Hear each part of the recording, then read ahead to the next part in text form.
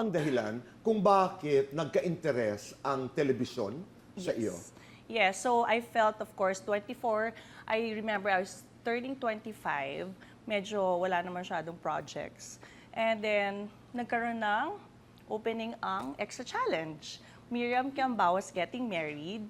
And of course, kaibigan naman natin si Miriam, Direk Rico noon, and then narinig ko rin. And they were looking for models or iba-ibang from iba-ibang field.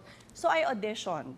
At mula doon, marami na ang ginawang mga shows. Nagkasama tayo sa isang palabas ng matagal na panahon. Ito tanong, how was that experience working with me and Chris? Oh my God, Tito Boy. Siyempre talagang ibang-iba rin. Uh-huh. Siyempre si Chris pa. I love Chris. Talagang lahat pupunahin niya yan.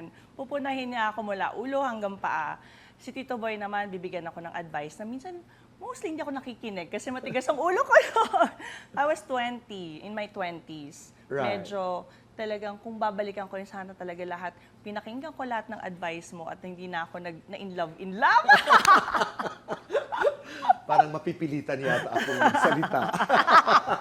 Di ba, Tito Boy, ayoko na yung... No. But I will take nga as a lesson then. Yung mga pinagdaanan ko in my 20s, it's a journey. But working with you guys really taught me how to be strong and how to be on your toes. Being in this showbiz, iba rin talaga. May mga panahon nung you're working with me and Chris that you wanted to go home, walk away. Yes! Meron? Oo, Tito Boy. Si Ate Chris pa talaga. Oo naman. But of course, more on siguro yun nga, yung pressure. Nakakaba. And then yung mga interview. Talagang minsan hindi mo alam kung, hindi lang naman sa inyo, pati ini-interview ko. Pero now you're back because you have a television series. Yes! And it's called Slay. Slay, Tito Boy. Talk about it. Ano to? Okay, so I have a new challenge now, Tito Boy. So ako ngayon ay isang controlling na ina dito sa Slay ni Gabby Garcia.